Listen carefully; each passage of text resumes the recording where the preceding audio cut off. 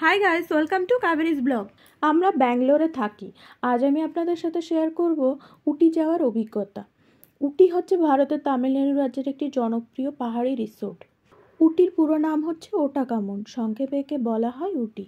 ব্যাঙ্গালোর থেকে উটি যাওয়ার কোনো ডিরেক্ট ট্রেন নেই, তাই আমরা বাসের টিকিট বুক করেছিলাম। আমাদের বাসের টাইম ছিল 11:30। আমাদের বাসের পিক আপ পয়েন্ট ছিল মারিওয়ালা পুলিশ স্টেশন। যথারীতি আমরা টাইমলি পৌঁছে গেছিলাম। আমাদের বাস ছেড়েছিল 11:35 নাগাদ। স্লিপার বাসে এটা আমার ফার্স্ট টাইম ট্রাভেল, বেশ আরামদায়ক ছিল। আমরা বাড়ি থেকে ডিনার করেই গেছিলাম, তাই আমরা বাসে উঠে টানা একটা ঘুম দিলাম। আমরা যখন পৌঁছেছি তখন সকাল 8টা বাজে। নেমেই আমরা প্রথমে ব্রেকফাস্ট করে নিলাম।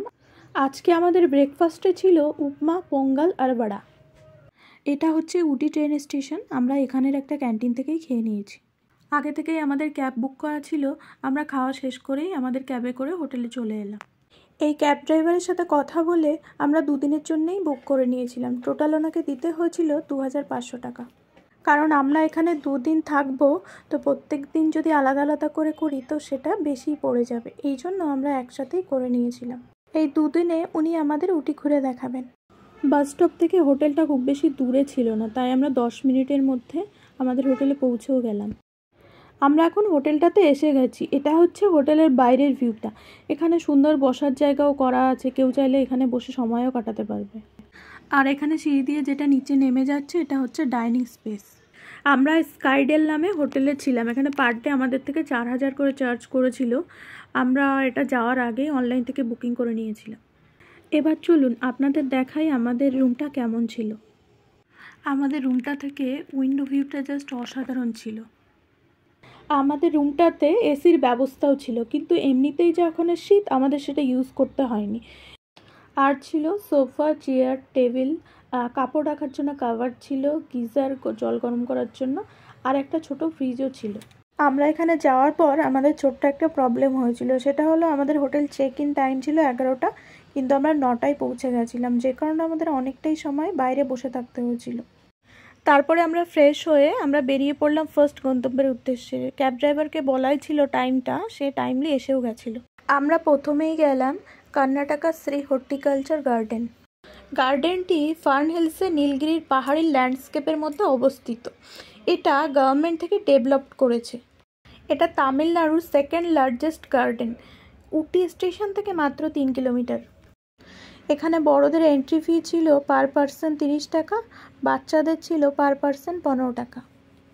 এখানকার টাইমিং সকাল 7টা থেকে সন্ধ্যা 7টা পর্যন্ত। আর এখানে বাচ্চাদের খেলবার জন্য জায়গা আছে। খুব বেশি উচ্চতার গাছ এখানে নেই।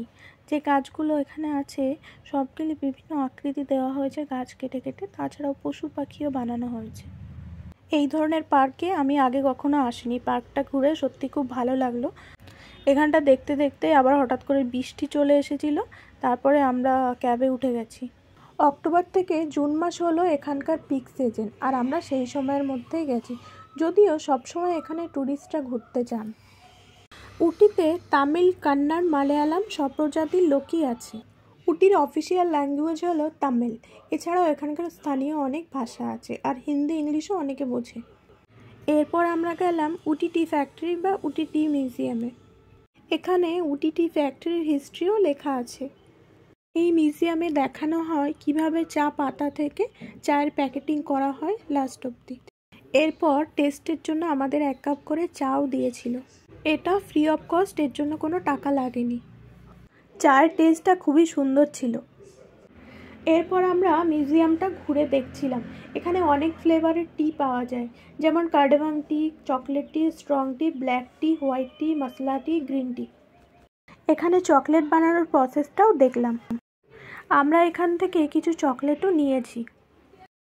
এরপর আমরা গেলাম দোড্ডাবেটা পেক। এটা হচ্ছে নীলগিরি পর্বতের সব থেকে উঁচু পাহাড়। এর উচ্চতা 2637 মিটার। এই পাহাড়টা আমাদের দেখা হয়ে গেছে, আমরা এখন ফিরছি। তারপর আমরা গেলাম বোটানিক্যাল গার্ডেন। এটা হলো উটির মধ্যে সব থেকে বড় গার্ডেন। এখানে বড়দের এন্ট্রি ফি ছিল 30 টাকা, বাচ্চাদের ছিল 15 টাকা। এখানে টাইমিং সকাল 7টা থেকে সন্ধ্যা 6:30 পর্যন্ত। বোটানিক্যাল গার্ডেনে অনেক প্রজাতির গাছ আছে, তার মধ্যে আমার যেটা সবথেকে ভালো লেগেছে সেটা হলো এই ফুলের গার্ডেনটা। যেদিকেই তাকানো হবে সেই দিকে ফুল আর ফুল, অনেকটা এলাকা জুড়ে এই ফুলের বাগানটা। এখানে এত ধরনের ফুল আছে, বেশিরভাগ ফুলেরই নাম জানি না আমি। এরপর আমরা গেলাম উটি লেক। উটি লেকে মেনলি সবাই বোটিং করতে চায়। বোটিংয়ের টাইম ছিল সকাল 10টা থেকে 6:30 পর্যন্ত। এখানে সব দিনই খোলা থাকে। এখানের এন্ট্রি ফি ছিল 10 টাকা করে, আর বোটিংয়ের জন্য নিয়েছিল 240 টাকা করে দুজনের। লেক দেখার পর আমরা হোটেলে ফিরে এলাম। এটা ছিল আমাদের হোটেলের জানলা থেকে বাইরের ভিউটা। পরদিন সকালে ঘুম থেকে উঠে আমরা একটু জলদি ব্রেকফাস্ট করে নিলাম। ব্রেকফাস্টের পর আমরা এই হোটেল থেকে চেক আউট করে দিয়ে বেরিয়ে পড়লাম কুন্নুর যাওয়ার উদ্দেশ্যে। উটি থেকে কুন্নুরের ডিস্টেন্স 20 কিলোমিটার। এটা টয় ট্রেনে করেও যাওয়া যায়, কিন্তু আমাদের যেহেতু গাড়ি 2 দিনের জন্য একবারে বুকিং করা ছিল, সেই কারণে আমরা গাড়িতেই যাচ্ছি। উটি টু কুন্নুরের রাস্তাগুলো পুরো পাহাড়ি রাস্তা, এঁকে বেঁকে গেছে। তারপর উটি টু কুন্নুর যাওয়ার একটা হাই রোড ছিল, আমরা সেই হাই রোডটা ধরলাম। যেতে যেতে দেখলাম রাস্তার পাশে একটা সেলফি জোন করা আছে, এখানে থেকে সবাই ফটো তুলছিল। যদিও এটা ফ্রি ছিল না, এখানে সামান্য কিছু টিকিট ফিস ছিল। এখান থেকে ভিউটা খুবই সুন্দর আসছিল।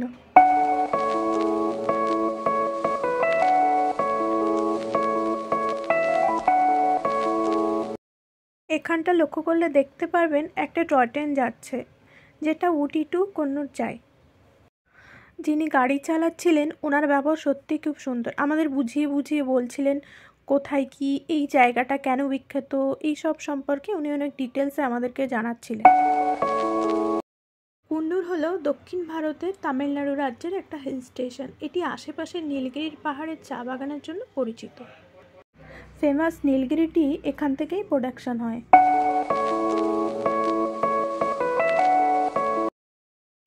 এরপর আমরা গেলাম সিমস পার্ক। এখানকার টাইমিং ছিল সকাল 9টা থেকে 6টা পর্যন্ত। এখানে অ্যাডাল্টদের টিকিট ফিস ছিল 40 টাকা আর বাচ্চাদের ছিল 20 টাকা। এই জায়গাটি সমুদ্রপৃষ্ঠ থেকে 1780 কিলোমিটার উপরে। এখানকার ম্যাক্সিমাম টেম্পারেচার 28 ডিগ্রি সেলসিয়াস আর মিনিমাম টেম্পারেচার 5 ডিগ্রি সেলসিয়াস পর্যন্ত থাকে। সিমস পার্কে আছে রডোডেন্ড্রন, গোলাপ আর ইউক্যালিপটাস গাছের মতো অনেক ধরনের গাছ। পার্কটা বেশ অনেক বড় এলাকা। এখানে দেখার মতো আছে যে এখানে কিছু গাছ আছে যেগুলো অনেক বছর হয়ে গেছে বয়স। এখানে অনেক প্রজাতি ফুল গাছও আছে।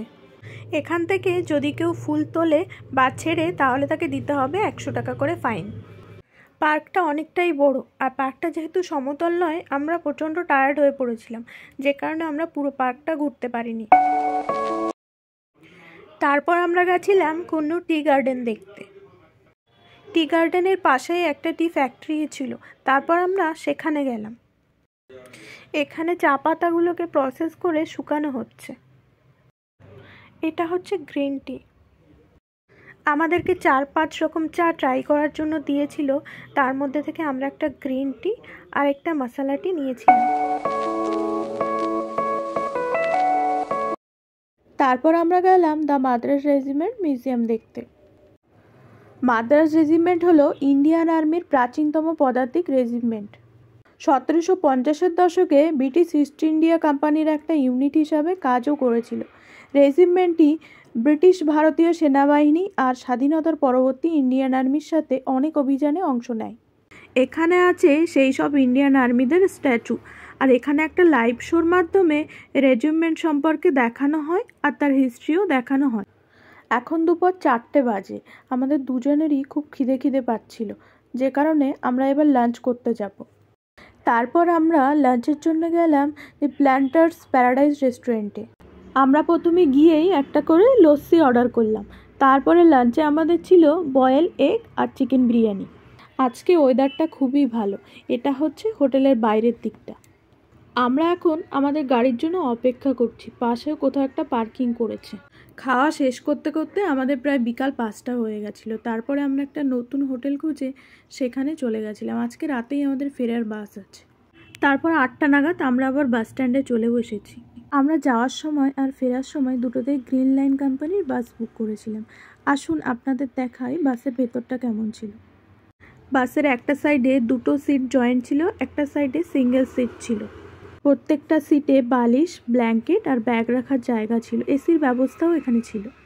আর সিটগুলোও পরিষ্কার পরিচ্ছন্ন, বেশ কমফোর্টেবলি আমরা যাতায়াত করতে পেরেছিলাম।